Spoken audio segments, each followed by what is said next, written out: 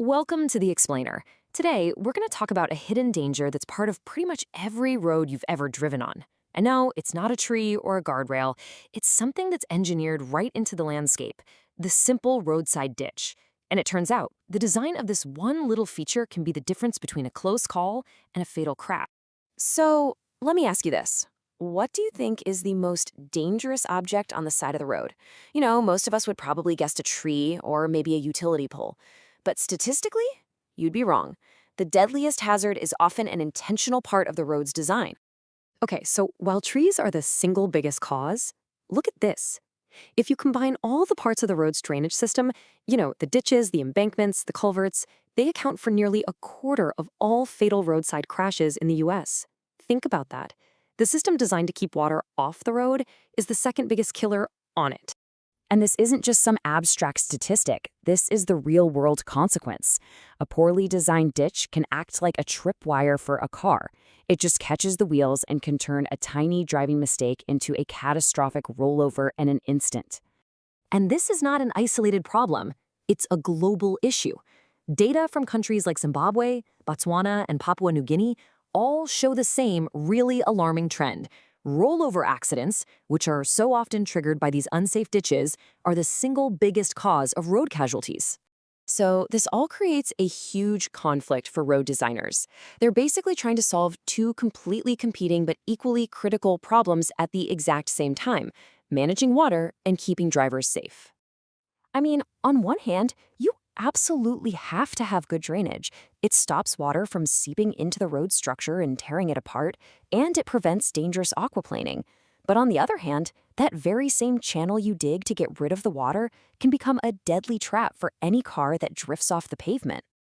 And a key piece of this whole drainage system is the culvert. It's basically just a tunnel that lets water flow under a road or a driveway. They're totally essential for managing water. But their hard edges and gaping openings create yet another dangerous obstacle for any car that leaves the road. So how do engineers actually solve this problem? Well, the goal is to create what they call a forgiving roadside, an environment that's literally designed to minimize the consequences of a driver's mistake. And it all comes down to just a few simple but really powerful design principles. The most crucial factor, by far, is the slope. The magic number that engineers are always aiming for is 1 to 4.5. So what does that mean? For every 1 foot the ditch goes down, it extends out 4.5 feet horizontally. Any slope that's flatter than this is generally considered traversable.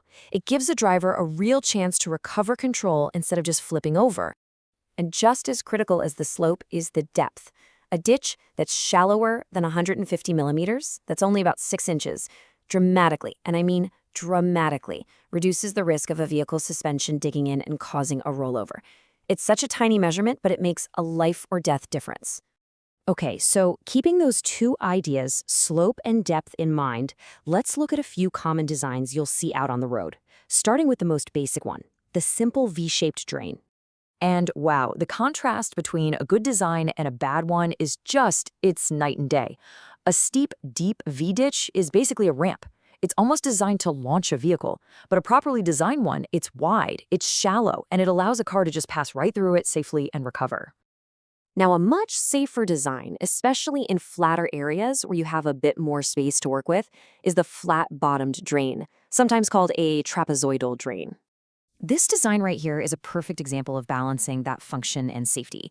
It's got plenty of room for water, but its wide, pretty flat surface means that even if a car's wheels drop in, the shallow depth and those gentle slopes make a rollover much, much less likely.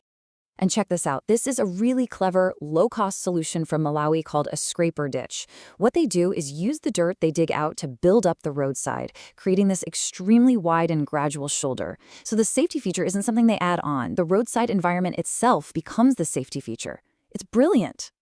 But, this isn't just about engineering and physics. The design of a simple ditch has these ripple effects that touch on everything from the project budget all the way to the local ecosystem. Now, I know what you might be thinking. A common objection is always about cost. I mean, it seems logical that building these wider, flatter, safer roadsides would be incredibly expensive, right? Well, the data on this might actually surprise you. This is fascinating. This chart shows the first-year rate of return for really simple safety measures.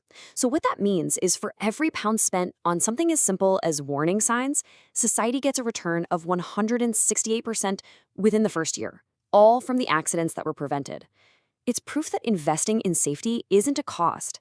It's actually one of the best financial investments a community can make. And the impact of these designs goes way beyond just human safety. Poorly designed culverts especially can have major negative consequences for the local environment. Yeah, you can think of a poorly designed culvert as a choke point in the ecosystem. It literally acts like a dam, blocking fish from migrating and cutting off wildlife habitats. It can cause erosion that pollutes the water, and when it eventually clogs with debris, which it will, it can trigger a catastrophic flood that just washes out the entire road. So after all of this, what's the big takeaway? How should this change the way you look at the roads you drive on every single day? It really all comes down to intentional design. It's a conscious choice to balance the need for drainage with the need for safety. And as we've seen, small, thoughtful choices about something as simple as slopes and depths can be the difference between a driver safely recovering and a fatal accident. You know, the path to safer roads is surprisingly straightforward. We just need to identify the hazards that are already out there, demand these forgiving designs in all new construction, create more space between the road and the drain, and make sure our infrastructure works with nature, not against it. So, the next time you're on the road, I want you to actually look at the shoulder. Look at that ditch. Is it a gentle, forgiving slope that offers a chance for recovery? Or is it a steep, hidden trap just waiting for a single moment of distraction? Because the design of that small patch of land says everything about how much we value safety. And now you know exactly what to look for.